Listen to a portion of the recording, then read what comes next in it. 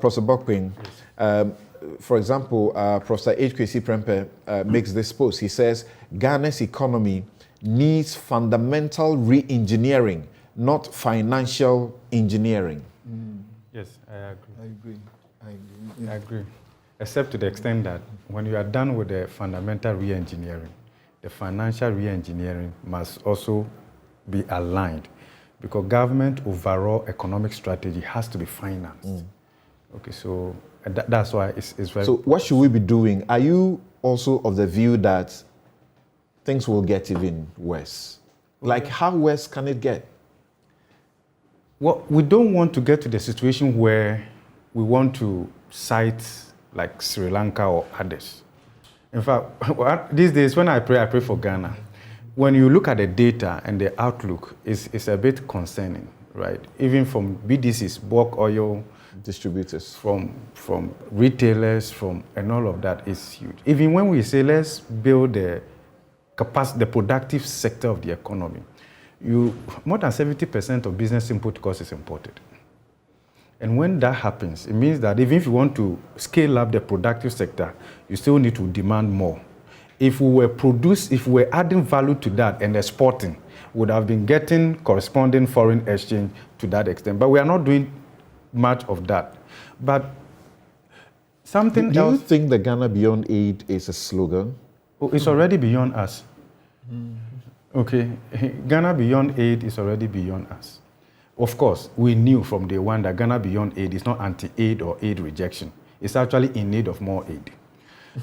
From the Addis Ababa Declaration of Domestic Revenue Mobilization as a key to attaining the Sustainable Development Goals, we haven't done quite well.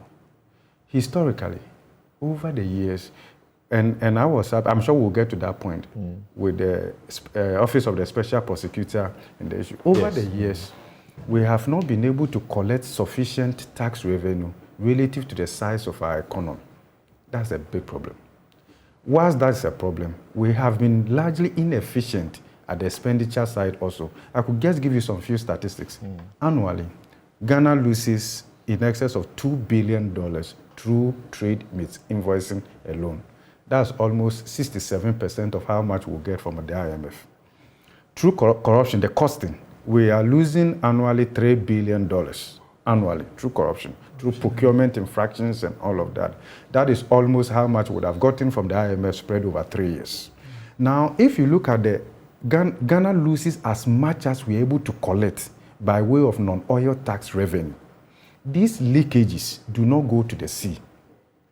These leakages are traceable to individual pockets, institutions, and all of that. And that is why a good number of Ghanaians, right, are living lifestyles that cannot be explained by their regular pay slip. And that is driving the fraud in the property sector in Ghana. Look at the prices and all of that. So look, to get to where we want to get to, we certainly have to, it's not everything that you want to negotiate, right? So there's room to scale up revenue generation without burdening the faithful few.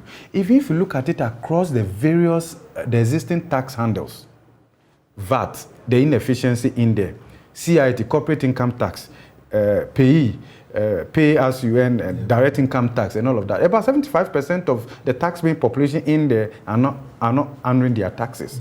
So if you look at all these things, it's not like we can't. It doesn't lend to we throwing our hands into the air that there's nothing we can do. Look, the solution is within us. It's more about the leadership, right? To get to the and in crisis moment, look, it's very basic. Adopt a lean management approach. And that is where cost cutting, not just reducing 70%, right? Cut also the ministries and number of ministers is the signal. We could get back to that, right? One day when you think that we can afford to have this, but you need to do something that resonates with the broad-based stakeholders that they can get along, because government alone can't get out of this crisis without all of us getting along. That's right. It's very fundamental. Right.